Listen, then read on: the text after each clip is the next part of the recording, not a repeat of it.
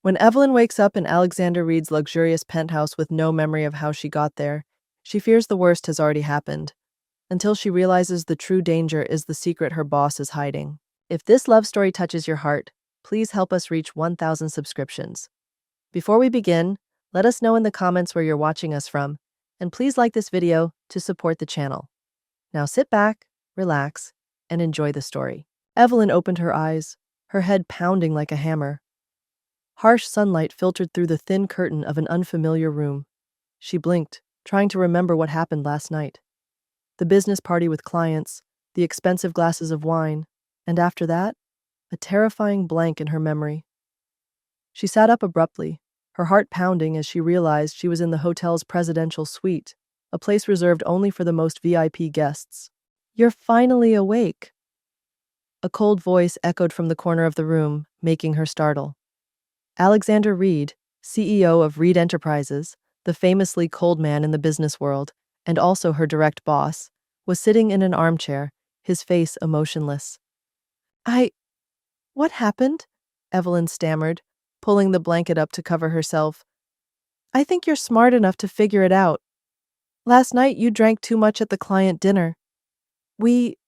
Did we? Evelyn couldn't finish the sentence. "Yes, but don't worry." He placed a stack of papers on the bed. "An unfortunate mistake. I'm willing to compensate you with $50,000 on the condition that you don't mention this again. We'll forget it ever happened." "What kind of person do you think I am?"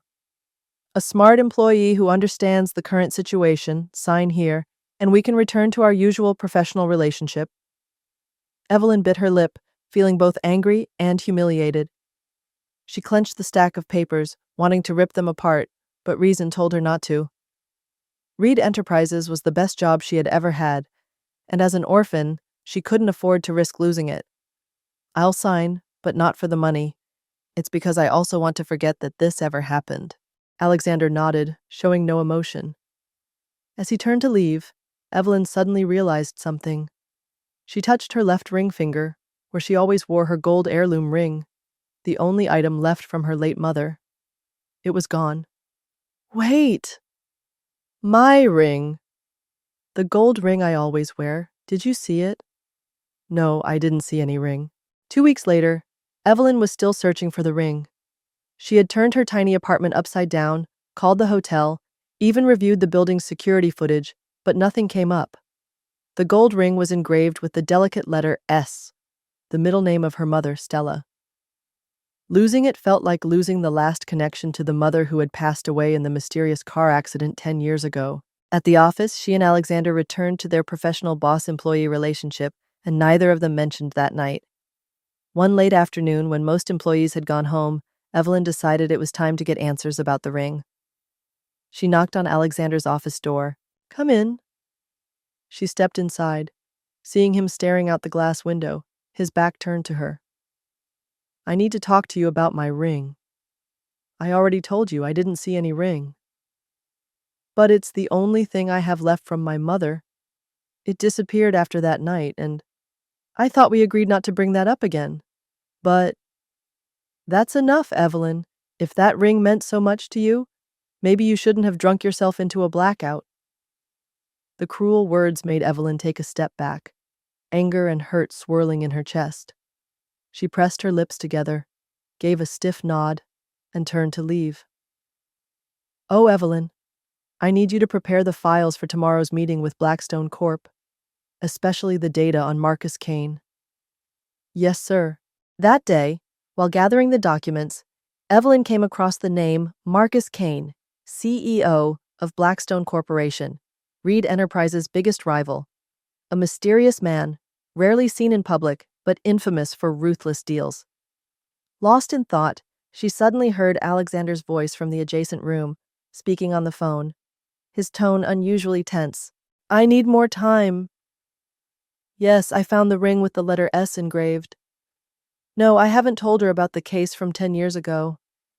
She still doesn't know about the connection." Evelyn's heart pounded. The ring with the letter S? The case from 10 years ago? The connection? Her mind spun with questions. She knew that 10 years ago was when Alexander's father was murdered, a case that had rocked the elite circles but was never solved. But what was even more terrifying was 10 years ago was also when her mother died in a so-called accident. It couldn't be a coincidence. Alexander had lied about the ring, and he clearly knew something about her mother, about her death. Evelyn stepped back, careful not to make a sound. She needed to find out more. If the ring was really with Alexander, she had to get it back, not just for sentimental reasons, but because it might be a clue to her mother's death. 1 week later, at Reed Enterprises' annual gala, Evelyn stood alone by the bar, watching Alexander from across the room. He was chatting with investors, a rare, polite smile on his usually icy face. Charming but terrifying, isn't he? The warm, deep voice beside her made Evelyn jump. She turned to see a tall man in a perfectly tailored black suit, smiling at her. His smile was disarming, but his eyes were sharp as blades. "Marcus Kane," he said, extending his hand. "Evelyn Harris," she replied, shaking his hand. "I know. Alexander Reed's brilliant assistant. He's lucky to have you." "Thank you. I don't think we've met before." "We haven't. But I know more about you than you'd think, Evelyn Harris, the orphan girl with a stellar degree in computer science. You know about me. I know a lot of things, like the fact Alexander didn't hire you just for your skills. There are other reasons, deeper ones." "What are you talking about? Have you ever wondered why a CEO like Alexander would care about an orphan girl like you? Why he suddenly showed up at your interview 2 years ago, even though he's never been involved in hiring lower-level employees?" Evelyn felt the ground beneath her feet start to sink. It was true that Alexander had personally selected her, something everyone at the company had found strange. But she had always thought it was because of her abilities. Marcus continued, handing her a business card. "When you're ready to know the truth about Alexander Reed, about your mother, call me." Over the next month, Alexander's behavior left Evelyn completely puzzled. There were moments of icy distance when he barely looked at her, but there were also surprising moments of concern. Evelyn couldn't stop thinking about Marcus Kane's words. Was Alexander watching her? Did he know something about her past that she didn't? And more importantly, where was her ring? One late evening, when the office was empty, Evelyn decided to take a risk. She sneaked into Alexander's office, searching for any clue about the ring or the connection between her and him. She rifled through drawers, searched the filing cabinet, but found nothing suspicious. Hearing footsteps outside, Evelyn frantically searched for a place to hide, but it was too late. The door opened, and Alexander stood there, his expression darkening when he saw her. "Can I know what you're doing in my office at this hour?" he asked, his voice dangerous. Evelyn stammered. "I forgot some important documents." "In my drawer?" Alexander walked closer, his eyes seeming to see straight through her. "Don't lie to me, Evelyn. You're looking for the ring, aren't you?" "Yes, and not just that. I want to know why you care so much about it, why you chose me as your assistant, and why you're always watching me." "You talked to Marcus Kane. He said you had other motives when you hired me. Is that true?" "Don't believe anything Kane says. He's just trying to use you against me." "Then tell me the truth." "I can't. Not right now. Trust me, Evelyn. There are things you're not ready to face." When she got home, Evelyn couldn't stop thinking about her confrontation with Alexander. Something in his gaze told her that he wasn't the enemy, but she also couldn't fully trust him. She decided to use her hacking skills. With a few swift moves, she accessed the company's email system, searching for anything related to her name. What she found left her stunned. But the most shocking discovery was an email exchange with a private investigator about the connection between Stella Harris and Graham Reed, Alexander's father. Evelyn felt like she had been struck by lightning. Her mother and Alexander's father had a connection? What did that mean? Determined to find the truth, the next morning, Evelyn went straight to Alexander's apartment, a luxurious penthouse in the heart of the city. She rang the doorbell repeatedly until the door finally opened. Alexander appeared, his face still drowsy and surprised. "Evelyn, what's going on?" "We need to talk about my mother, Stella Harris, and your father, Graham Reed." "All right." You're ready to hear the truth." He led her to his office and opened a safe hidden behind a painting. From inside, he pulled out a small box and placed it in front of Evelyn. She opened the box and saw her gold ring lying next to a stack of old documents. "Your mother didn't die in a car accident. She was murdered, along with my father." "What?" "Stella Harris was my father's secret mistress. They uncovered a large-scale corruption scheme from Blackstone Corporation, Marcus Kane's company. My father and your mother had gathered evidence to expose Kane, but before they could act, their car's brakes were sabotaged." Evelyn felt like she couldn't breathe. "And the ring?" "The S isn't just your mother's middle name. It's also a key. Inside this ring is a micro SD chip containing all the evidence of Kane's crimes." "And that's why you've been looking for me? To get the ring?" "At first, yes. I've been searching for Stella's daughter for 10 years, hoping that she gave you the ring. I need that evidence to bring Kane to justice." "But I never expected I would care about you, Evelyn. The more I get to know you, the more I don't want to pull you into this mess. Kane is very dangerous.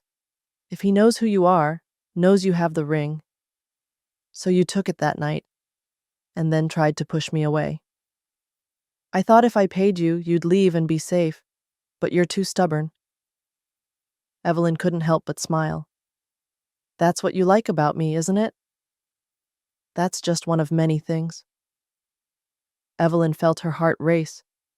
But before she could say anything, Alexander's phone rang. He answered, and his expression changed immediately. "I understand." He hung up and said to Evelyn, "Kane knows. He's on his way." They didn't have much time. Alexander and Evelyn quickly gathered the documents and the ring. "We have to leave now," Alexander said, grabbing Evelyn's hand and pulling her toward the door. As they stepped out of the apartment, the elevator doors opened. Marcus Kane stepped out with two burly men in black suits, his gaze cold as ice. "Alexander Reed and you, Evelyn Harris. Such a pleasure to meet you both. At the same time." He gestured, and the two burly men moved toward them. "Run!" Alexander shouted, pushing Evelyn toward the emergency exit. Without hesitation, Evelyn bolted toward the stairwell door. But before she could get far, a powerful hand yanked her back. "Not so fast, Miss Harris," Marcus whispered in her ear. "You know, I've been waiting for this moment for a long time." The daughter of Stella Harris and the secret ring, Evelyn struggled, but Kane was too strong. She saw Alexander fighting off the two bodyguards, but he was starting to wear down. "Hand over the ring and the evidence to me, or you and your CEO boyfriend will share the same tragic fate." "Never," Evelyn said. Then, using the self-defense skills she'd learned in the orphanage, she kicked Kane hard in the knee. Kane cried out in pain, loosening his grip. Evelyn broke free, but instead of running, she charged at Alexander, grabbing a heavy vase nearby and smashing it over one of the bodyguard's head. "Evelyn, go!" Alexander yelled, still struggling with the other man. "Not without you!" she shouted back, just as Kane pulled out a gun. "Enough!" Kane growled. "Hand over the ring and the evidence, or I'll shoot." Evelyn and Alexander exchanged a look. In that brief moment, without words, they understood each other. Slowly, Evelyn reached into her pocket and pulled out the ring. "Here, you want it, don't you?" Kane smiled victoriously and moved toward Evelyn. That's when Alexander lunged at him, knocking the gun away. The impact was so forceful that all three of them fell to the ground, Kane slamming his head into the corner of a desk. In the chaos, the gun went off. "Alexander!" Evelyn screamed as she saw the blood spreading across his white shirt. I'm fine," Alexander tried to say, even though it was clear he was badly injured.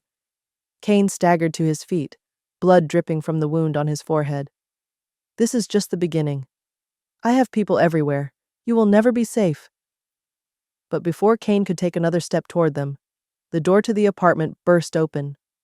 A SWAT team flooded in, guns pointed at Kane. "Marcus Kane, you're under arrest for murder, attempted murder, and corruption," the officer in charge said. Kane froze. "How?" Alexander weakly smiled, despite his pain. "I called them before you got here, Evelyn. I knew Kane would follow me, and I had already sent the evidence from the ring to the FBI. Kane growled in anger as he was handcuffed. As they dragged him away, he turned and glared at Evelyn and Alexander with pure hatred. Evelyn didn't care. She knelt beside Alexander, tears falling onto his pale face.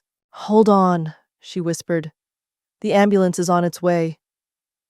Alexander lifted his hand weakly, gently brushing her cheek. "Evelyn, I'm sorry for everything, for hiding the truth from you, for the ring."